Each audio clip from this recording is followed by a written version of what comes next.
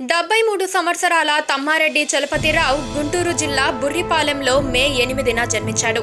టాలీవుడ్లో విలన్ పాత్రలకు, కామెడీ పాత్రలకు చలపతిరావు అంటే పెట్టింది పేరు. దాదాపు 600 సినిమాలకు పైగా నటించిన చలపతిరావు 50 సంవత్సరాల నుంచి సినిమా ఇండస్ట్రీలో కొనసాగుతున్నారు.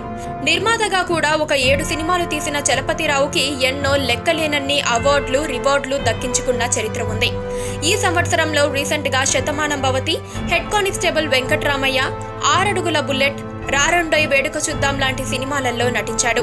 చలపతిరావుకి 3 సంతానం: రవిబాబు, శ్రీదేవి, మాలినీదేవి.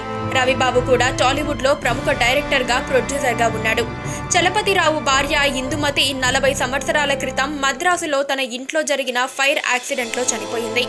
ఎలా చనిపోయిందో కూడా ఇప్పటికీ ఒక మిస్టరీ అంటాడు చలపతిరావు.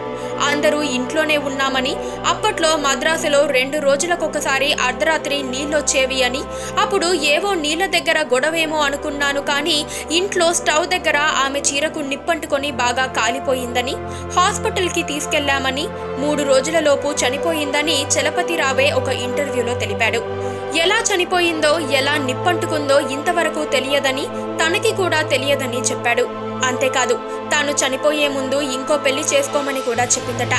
అయినా తాను పెళ్లి చేసుకోలేదని, పిల్లలని పెంచి పెద్ద చేశానని తెలిపాడు. Ravi gold medallist.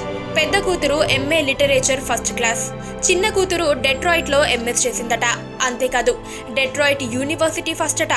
తాను ఎప్పుడూ డొనేషన్స్ కట్టలేదని, పిల్లలే బాగా చదివి తనకు మంచి పేరు తెచ్చారని చలపతిరావు ఇప్పటికీ సంతోషంగా చెప్తాడు.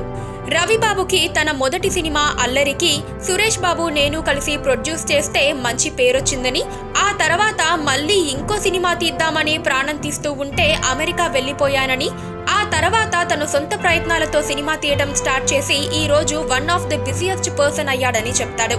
అసలు ఫోన్ చేస్తే ఎత్తడని, షూటింగ్ లో ఉంటే ఇంకా అదే పని అని, పెళ్ళాం పిల్లలు ఏమీ పట్టవని చలపతిరావే రవిబాబు గురించి చెప్పుకొచ్చాడు. ఇటీవల రారండోయ్ వేడుక చూద్దాం వేడుకలో చలపతిరావు చేసిన వ్యాఖ్యలతో పెద్ద దుమారం చెలరేగింది. దీంతో నెటిజన్స్ అందరూ చలపతిరావుని ఆడిపోసుకోవటం మొదలుపెట్టారు.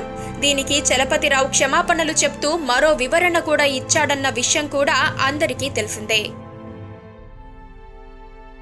పక్కనే ఒక గంట సింబల్ కనిపిస్తుంది కదా, దాన్ని నొక్కారనుకోండి, మేం చేసే వీడియో అప్డేట్స్, నోటిఫికేషన్స్ అన్నిటితో మీ డివైస్ లో వాలిపోతాం.